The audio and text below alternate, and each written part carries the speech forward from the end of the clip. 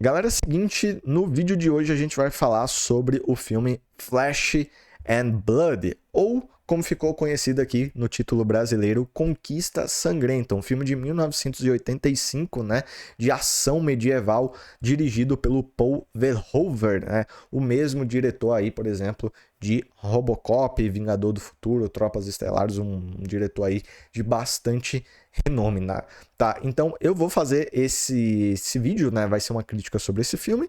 Então, antes da gente continuar, deixa eu me apresentar. Seja muito bem-vindo aqui ao Memória de Cinema. Meu nome é Pedro e aqui a gente fala sobre críticas de cinema, principalmente sobre críticas de filmes mais antigos, tá? Então, se você se interessa aqui, já se inscreve no canal e ativa o sininho das notificações. E a gente também já tem vários vídeos aqui de outros filmes, é só você entrar aqui no canal que você vai ver.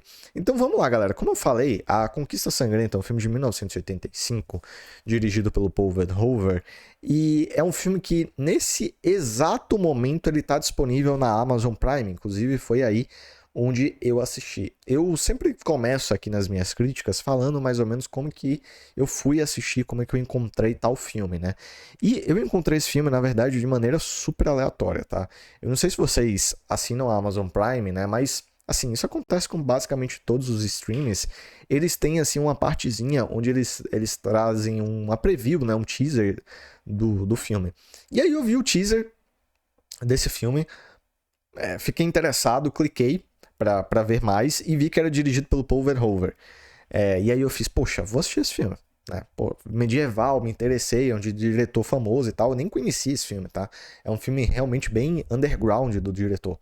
E aí eu fui assistir. E, cara, que filme bom, tá? Que filme bom. Assim, eu sou suspeito pra falar porque eu gosto demais de filmes de história medieval, tá? Eu gosto muito de fantasia, gosto muito de histórias, assim, reais da época medieval, tá? Da Idade Média. Então, assim, gosto bastante desse tipo de conteúdo e esse é um filme realmente incrível. Ele é um filme incrível porque ele tenta trazer aí um realismo, algo muito cru do que acontecia naquela época, né? A gente tem muitos filmes de Hollywood, por exemplo, que trazem uma glamorização muito grande desse período e é algo muito fantasioso, né? Então, até mesmo filmes que deveriam ser históricos, eles acabam puxando muito mais para uma fantasia, né? Então, esse filme não, ele vai para um caminho completamente diferente, onde ele fala principalmente sobre algo cru, real, brutal, e eu gostei demais disso. Então vamos lá, eu tô aqui com a sinopse, tá? Aberta aqui no meu monitor, onde eu vou falar aqui para vocês a sinopse e aí a gente começa de fato com a crítica, né? Eu sempre gosto de ler a sinopse aqui. Então, olha só, a história, né, desse filme, Na Colheita Sangrenta, se passa na Europa no século XVI. Em meio às guerras e ao caos social, um grupo de mercenários liderados pelo Martin é traído por um nobre depois de ajudá-lo a reconquistar a sua cidade, né? Se sentindo injustiçados, eles partem em busca de vingança, saqueando e espalhando o terror pela região. E aí, né, nesse sentido de vingança, eles acabam raptando a jovem noiva aí do filho desse senhor feudal. E aí a gente tem aí uma grande disputa entre o filho do senhor feudal tentando aí reconquistar a sua jovem noiva e esse grupo de mercenários ali liderado pelo Martin, que tem agora a princesa, né, sobre os seus comandos e estão aí tocando um terror pela Europa medieval. Então essa é a sinopse do filme. Galera, como eu falei, gostei demais desse filme. Gostei muito porque ele já começa na guerra e é uma guerra muito brutal, sem glamorização, cara. É uma guerra onde a gente tem cenas muito reais mesmo, sabe? A gente não tem, por exemplo, aquele herói que pega a espada e aí ele sai no meio da multidão matando todo mundo em câmera lenta, com a trilha sonora. Pá, a gente não tem nada disso aqui, galera. É algo muito brutal, de fato, realista. As próprias. Cara, os próprios figurinos das pessoas, os equipamentos que eles utilizavam, os cenários também, sabe? Então, esse filme ele tenta, de fato, emular essa realidade, emular a forma como as coisas aconteciam. E isso é muito bom, isso já te chama a atenção, porque a gente começa aqui nesse cenário de guerra muito interessante.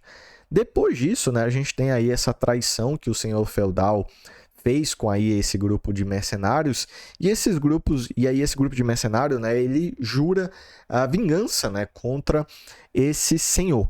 E aí a gente tem a participação, né, a introdução da jovem princesa, né, que vem aí de um outro reino casar com o filho aí do senhor feudal, né? E aí, né, eles se encontram, eles têm uma cena aí bem legal, inclusive, né, muito legal, na verdade, onde eles se encontram, né, eles fazem juras de amor e tal. Só que aí depois ela é raptada, galera, e aí sim a gente, de fato, tem a história se desenrolando.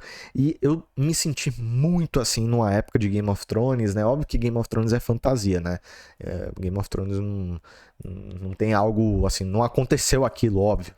Mas o Game of Thrones, apesar de ele ser uma fantasia, ele tenta ser uma fantasia, tirando a questão dos dragões e lobos gigantes, ele tenta ser bastante realista.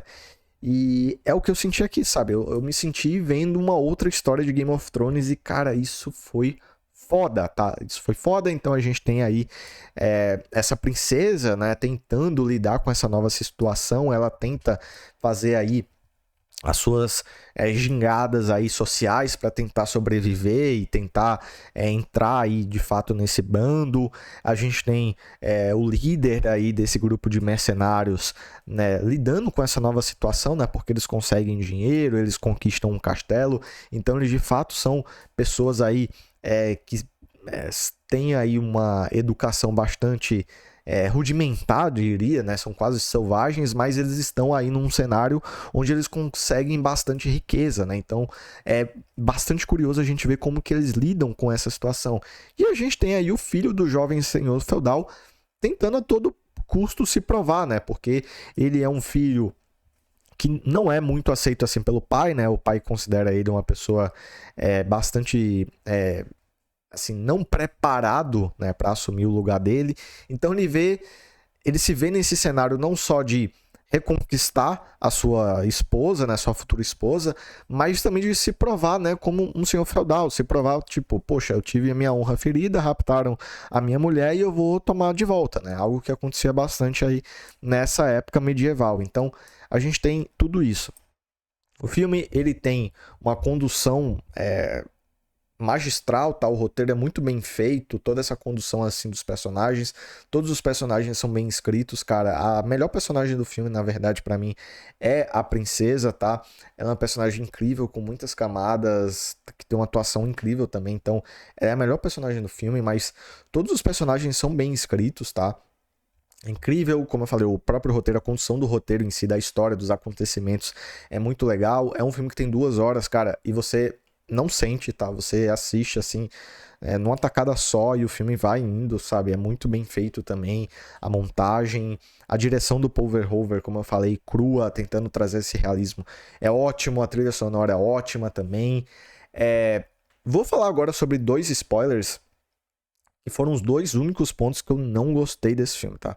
E aí, por isso que a nota vai acabar diminuindo, apesar de eu ter gostado bastante. O primeiro ponto, galera, é o seguinte. No começo do filme, o filho do senhor feudal, né, que é o Steven, ele cria um barril de pólvora feito para destruir a porta da cidade que eles estão invadindo. E aí, na história, eles mostram como se aquilo fosse uma invenção dele e que deu errado, tá? Dá errado isso aí ao longo do filme. E aí, no meio pro final do filme, mais ou menos em 60% a 65% do filme, o Steven tá atacando o castelo onde o grupo de mercenários tá. E aí esse grupo de mercenários do nada tiram a porra de um barril de pólvora e usa pra destruir o exército do Steven e dá certo. Então, assim, eu fiquei pensando, cara, de onde que eles tiraram essa porra? Tipo, aparece do nada no filme. E além do mais, assim, o filme, ele tinha ridicularizado essa cena no começo. E agora deu certo, do nada.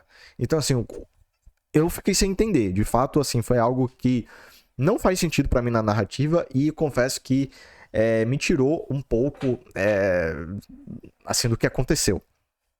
E o outro ponto é em relação ao líder dos bandidos, né, o Martin. Uma coisa que acontece no final do filme, tá?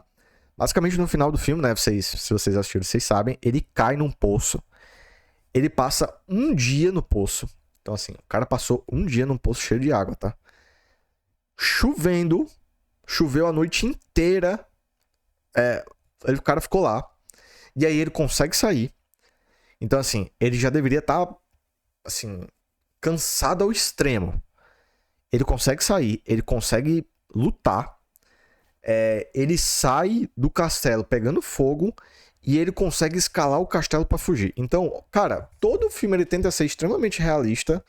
E aí, em relação a esse personagem, cara, no final ele simplesmente despiroca completamente e fica algo meio fantasioso. Então, assim, eu não gostei. O personagem deveria ter morrido.